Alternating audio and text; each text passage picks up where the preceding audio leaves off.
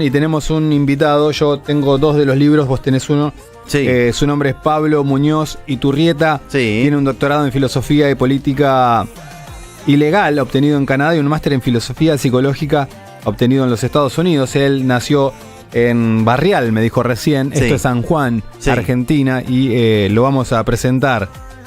¿Te decimos doctor? ¿Te decimos cómo te decimos? Pablo, está bien, ¿cómo están? Mucho gusto. Pablo, ¿cómo andas? ¿Todo bien? Todo bien, gracias.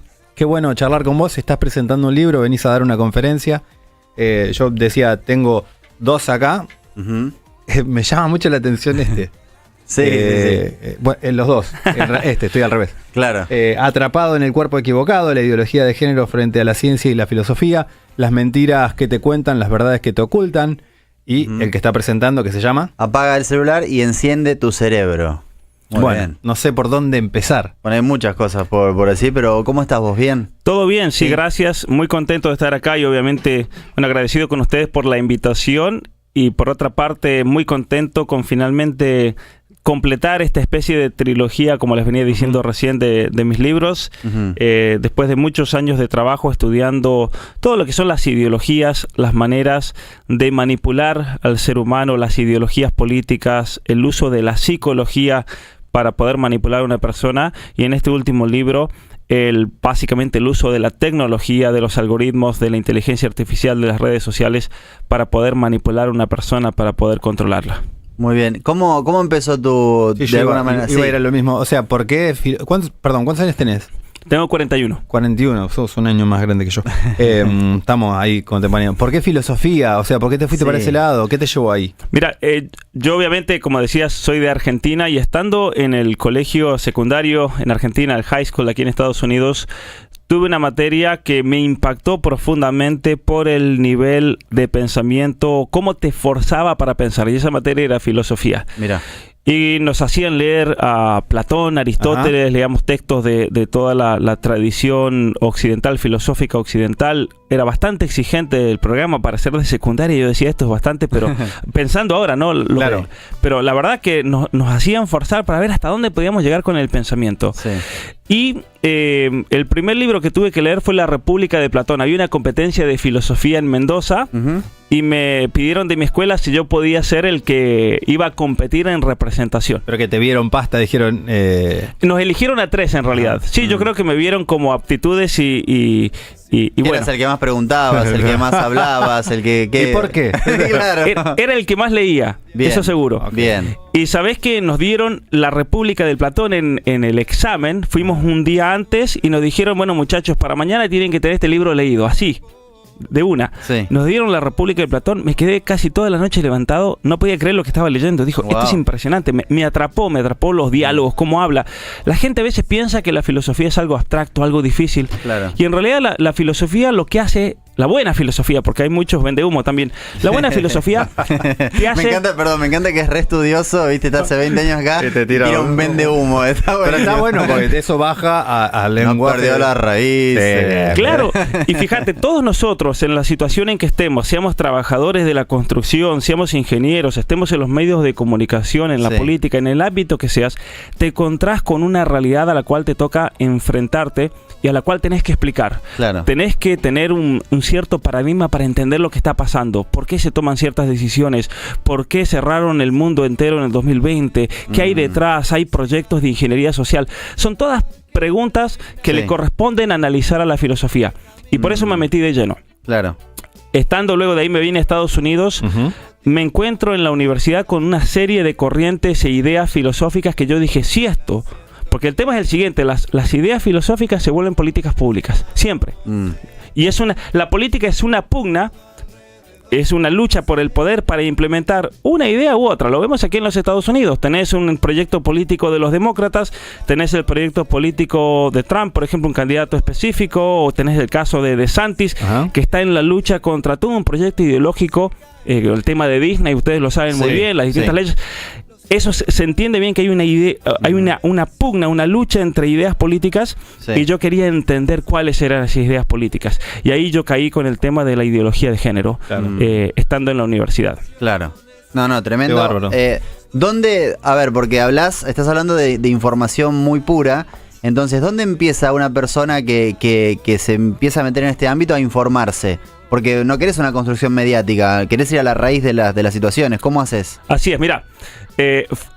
En el caso mío es bastante particular porque cuando yo comienzo a estudiar la ideología de género, todas estas ideologías que comienzan a formarse dentro de universidades, hablando de que ya no somos hombres, que no somos mujeres, que tenemos que crear planes de educación para ayudarle a los niños a que se deconstruyan, que un varón, por ejemplo, se olvide que es varón y que deje de lado todas las básicamente lo que entendemos que significa ser varón, Sí. una niña que deje de lado lo que significa ser mujer. Y en ese momento me dije, a ver, si esto se convierte en política pública, si esto entra al Ministerio de Educación de un país, como de hecho ha pasado, Sí, claro. ¿no? Sí. Esto es un problema gigantesco. Pero en ese momento no había ningún libro escrito que te explique todo ese proceso. Lo Por tuve eso. que hacer yo, Ah, claro. básicamente. Sí. Y eso fue lo que me llevó, obviamente que también por pedido de muchos profesionales, de médicos, de psicólogos, de otros profesores académicos y de gente que no entendía qué es lo que estaba pasando, especialmente en Canadá. Todavía esto no llegaba tanto a la Argentina, México, con la ideología de género. Y es ahí cuando, después de 16 años, me llevó a escribir ese libro Wow. completo, el de Atrapado en el Cuerpo Equivocado. Mirá.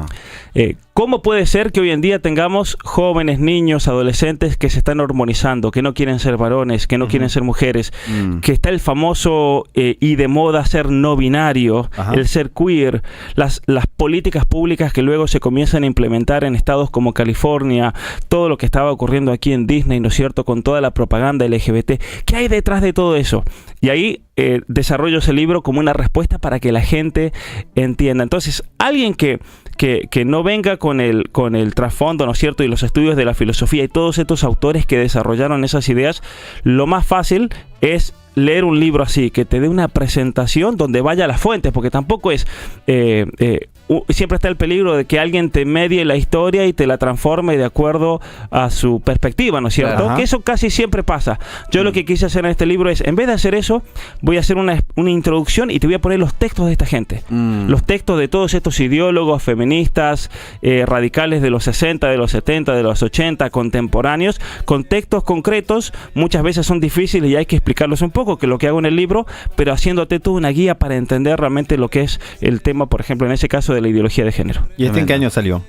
Ese libro salió en diciembre del año 2018. 2018. Mirá. Dijiste trilogía, por fin cerrando la trilogía. Obviamente no quiero que se quede afuera el último libro, Sí. pero pasamos rápido por acá. Ese libro, Las mentiras que te cuentan, las verdades que te ocultan, es aplicar el otro libro, el de la ideología de género, a las políticas públicas.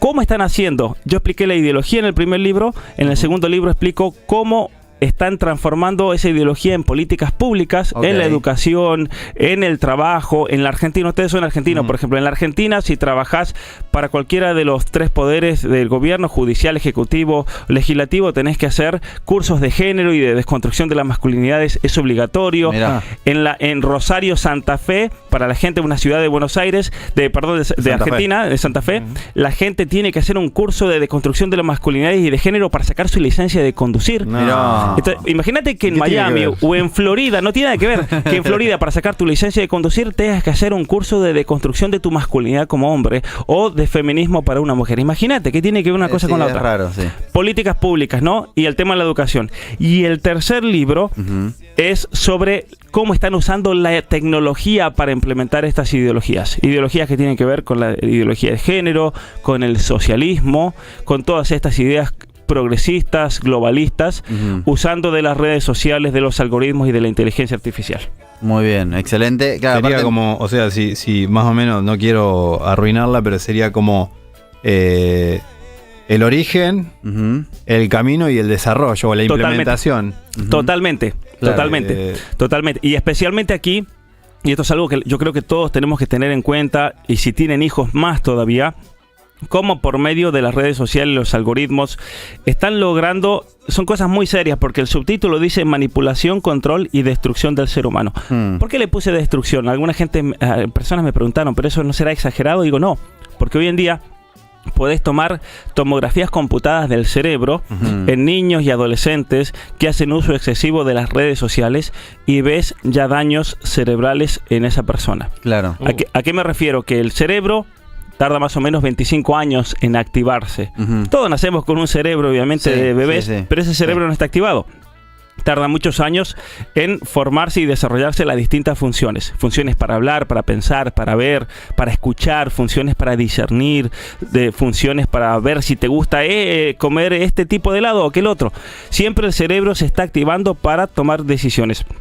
El problema es que niños y adolescentes que están haciendo un uso excesivo de redes sociales, de Snapchat, de Instagram, de TikTok, es tanta la energía que consume el cerebro en procesar todas esas imágenes que recibís, lo mismo pasa con los videojuegos, es que no se les están desarrollando funciones cerebrales concretas. Claro. Y lo peor de todo es que quienes están detrás de las redes sociales, de las compañías tecnológicas, lo saben. Eso es lo peor, que aquí tengo todos los documentos. Sí. Ellos lo saben, pero sin embargo lo usan porque es una manera de mejor poder manipular a una persona. Claro, y cuando tenés tal vez una vocación, como es tu caso, que tú estabas inquieto y dijiste tengo que hacer algo, ¿a quién le hablas? Porque cuando uno quiere cambiar las cosas, tenés que tener un público. Entonces, vos haces las cosas para que lo entienda una persona que ahora está trabajando o está cocinando o lo que sea, o querés ir a las cabezas para que de ahí bajen la información. Podés tener Sí. Un público. ¿Qué tipo de público? Mira, yo desde siempre, y lo hice en aquellos 2 libros, y sé que lo logré, y te voy a explicar cómo lo pude ver que lo logré, pero en este libro concreto, como es un tema que nos toca absolutamente todos, quise escribirlo pensando en una persona con muchísima formación, porque quiero que esa persona lea este libro y diga, la verdad que este libro me cambió la manera de pensar, pero lo escribí de una manera que lo pueda leer cualquier persona. Bien. Cuando yo voy a dar conferencias, que me ha tocado, gracias a Dios, dar conferencias por prácticamente todos los países del continente, me encuentro con rectores de universidades, con profesionales, con médicos, con políticos, con psicólogos, con psiquiatras, pero también me encuentro con el trabajador que acaba de salir de su trabajo de construcción y viene con el casco en la mano, por ejemplo. Mira. Con amas de casa, con señoras que limpian hoteles. Es un libro que ha llegado básicamente a todos los estratos sociales. Los dos libros han llegado a todos los estratos sociales, y es lo que yo quiero hacer con este, porque es el problema de la tecnología, las redes sociales, el uso desmedido del iPad, del celular, es algo que pasa en todas las familias, no importa tu clase social, tu estrato, tu nivel económico, y apunta a todos ellos. ¿Vos tenés hijos o no? No tengo hijos, lamentablemente, hasta el momento. Me encantaría, me encantaría. Mucho pregunto porque digo, bueno, está bueno el mensaje que estás bajando, y digo, qué difícil debe ser implementarlo en casa. Hoy en día nosotros acabamos de tener, su hijo, yo mi hija. Claro, si no queda pero te voy a contar una anécdota. Yo en mi casa, mis padres nos criamos en medio de la montaña de la cordillera de los Andes en Argentina. Mis padres se fueron a vivir ahí, los 2 profesionales, pero se fueron a vivir ahí porque querían criarnos alejados de la influencia social, de la sociedad, de la presión. Y nunca tuvimos televisión en mi casa. Mirá. Jamás. Y hasta el día de hoy yo nunca he tenido televisión en mi vida. ¿En serio? No tengo televisión. No tengo televisión en mi casa. Vas a mi casa y no hay televisor. Y sin embargo yo te puedo asegurar que estoy mucho más informado que muchas personas que se la pasan viendo televisión. ¿Cómo te informas? O sea, con las redes. Tengo 14 iPads. Mira, había un pastor que yo conocí en Argentina, que él decía, yo cuando quiero leer las noticias me pongo a leer el libro del Apocalipsis, decía él. No, y eso me hizo pensar mucho a mí. A ver, están los hechos concretos, lo que pasa, pero detrás de todo eso hay toda una historia y un contexto. Leo muchos libros, leo mucha historia. Leo y pienso las noticias. Si yo leo un diario, no lo leo aceptando ese diario de todo lo que me dice, sino tratando de razonar y ver si no hay algo que tiene una intención de tergiversación. Claro. Y ese ejercicio a mí me ha llevado a darme cuenta que el nivel de manipulación que hay en los medios es impresionante. Y con la televisión, obviamente que tenés canales que van a ser canales que tienen una buena intención de transmitir, pero tenés canales que no los voy a nombrar aquí porque algunos capaz que me van a llamar para presentar el libro, pero tenés canales. Voy a nombrar uno concreto que no me va a invitar nunca, CNN. CNN es una herramienta de manipulación. Claro. Se cayó CNN, me dicen ahí justo que se había dado. Poli. Claro, Poli, cortalo, cancelar la de las 3 de la tarde. No. Es una herramienta de manipulación y de control social. Y sabes cuando veo CNN yo, cuando estás en el aeropuerto, que no te queda otra, pues te ponen CNN. Y yo me pongo a analizar la noticia desde afuera, mirando y con un juicio crítico. Y me doy cuenta, este tipo es un vendehumo total. que trata de meterte miedo con una... Como he estudiado yo todas estas cuestiones de psicología política, de manipulación por medio del miedo, de las emociones, usan todas esas tácticas que nos enseñaban en la universidad, que se usaban en la Unión Soviética, la KGB, para manipular a la población. Claro. Lo están usando desde esos medios de comunicación, sí. ¿no? Sí, sí, sí.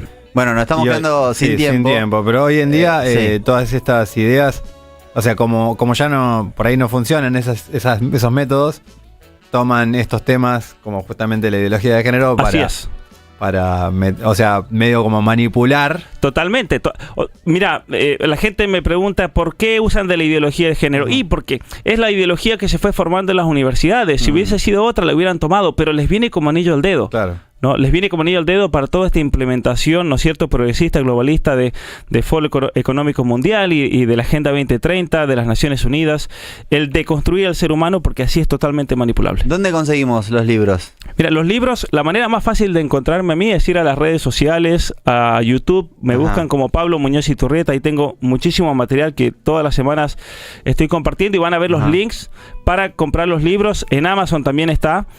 Pueden ir a librosdepablomuñoz.com, pueden ir a mi página web pablomuñoziturrieta.com, sea de donde sean que estén en el mundo, van a encontrarlo en mis redes sociales y ahí van a ver dónde lo pueden comprar en su país. Muy bien, el doctor Pablo Muñoz Iturrieta con nosotros, los 3 libros: Atrapado en el cuerpo equivocado, Las mentiras que te cuentan, las verdades que te ocultan, y Apaga el celular y enciende tu cerebro. Pasó por Uno Nunca Sabe. Muchas gracias, Pablo. No, gracias a ustedes. Espectacular. Éxitos. Nos vamos, quédate conectado a CBC La Voz. Ya llega Energía Total con Joana Torres. Vos seguís acá la caravana de entrevistas acá en los programas, así que bueno, éxitos también a donde vas en Ecuador y en la conferencia que tenés que dar.